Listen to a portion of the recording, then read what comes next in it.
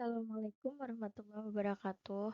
Kali ini kita belajar tentang persamaan diferensial parsial dan aplikasi dalam fisika.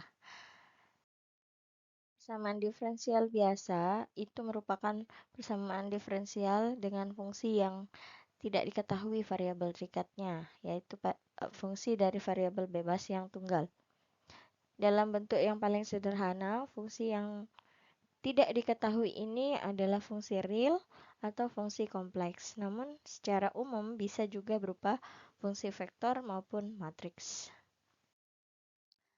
Nah, contoh sederhana adalah hukum gerak kedua Newton yang menghasilkan persamaan diferensial m d kuadrat xt dt kuadrat sama dengan f dengan fungsi x waktu ya.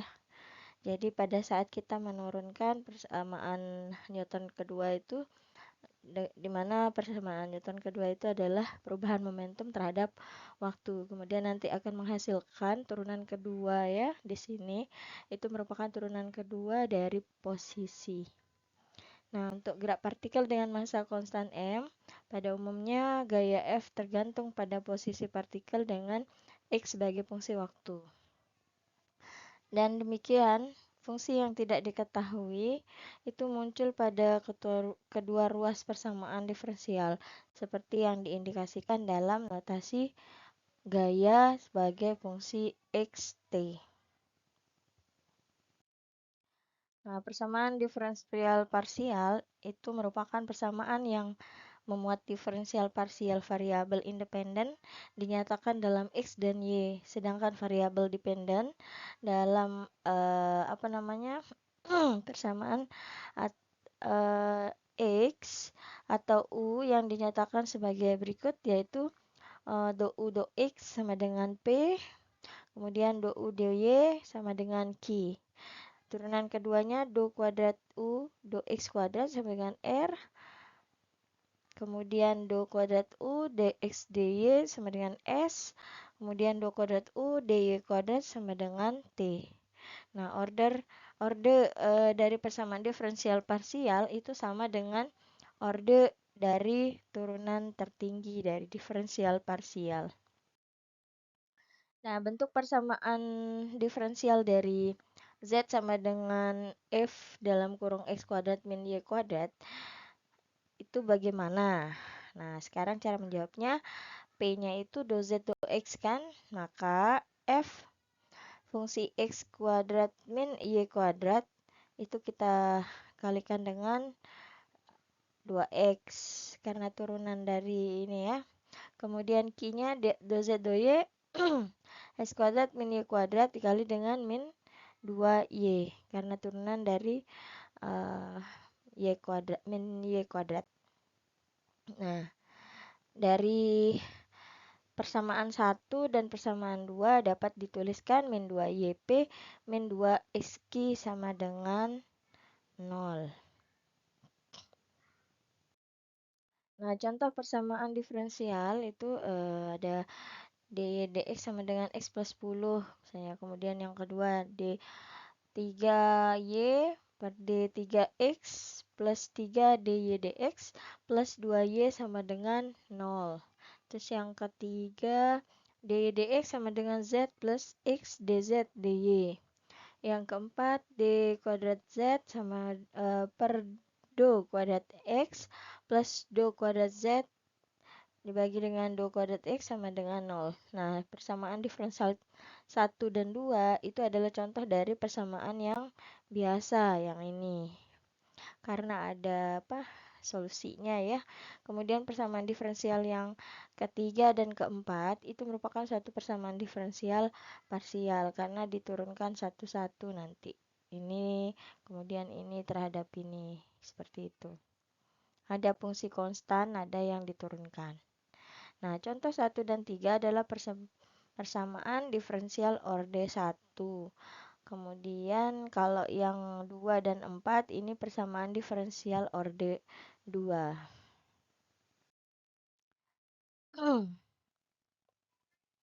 pencarian solusi persamaan diferensial dengan metode Euler yang orde 1 itu dengan menguraikan fungsi x plus h sama dengan fx plus turunan pertama dari fx dikali dengan h-nya. Kemudian fx plus h sama dengan fx plus fungsi f, dimana dia fungsi x terhadap x dan y dikali dengan h. Itu yang metode Euler orde 1. Kemudian kalau yang orde 2 seperti ini, jadi ada turunan keduanya, ada fungsi pengalih setengahnya karena ini dengan h yang pangkat 2, maka diperoleh seperti ini. Dimana fungsi x-nya itu adalah fungsi x, y. Untuk turunan keduanya, fungsi x-nya itu berupa turunan pertama dari xy, dan bentuknya akan berubah menjadi fx, x, y ditambah dengan fy, x, y dikali dengan f, x, y. Jika dalam bentuk iterasi itu menjadi seperti persamaan berikut. Nah, persamaan diferensial parsial linear yang homogen, ini yang homogen orde ke n dengan koefisien konstanta, bentuknya seperti ini. Jadi ada a ke 0 do pangkat nz do x pangkat n ditambah dengan a ke 1 koefisiennya do nz do x n min 1 do y. Kemudian seterusnya sampai a ke n do nz dengan do y pangkat n. Itu sama dengan Q dengan fungsi x, y. Dia homogen karena semua derivatif parsial dari ordenya itu sama.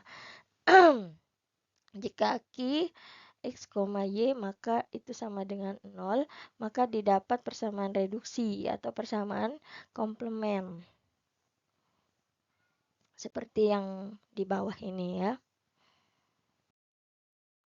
Nah, aplikasinya dalam fisika itu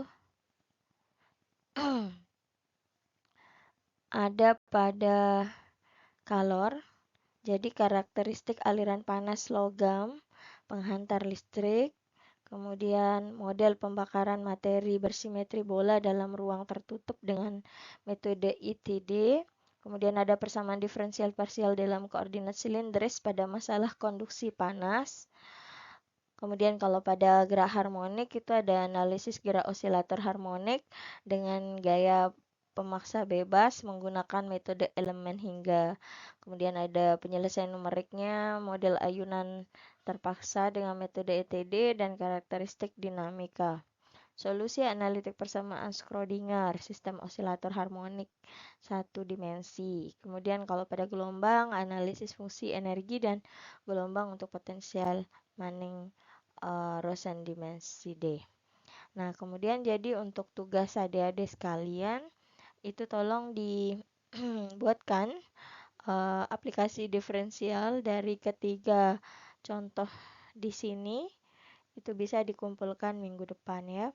Untuk kalor, kemudian gerak harmonik dan gelombang.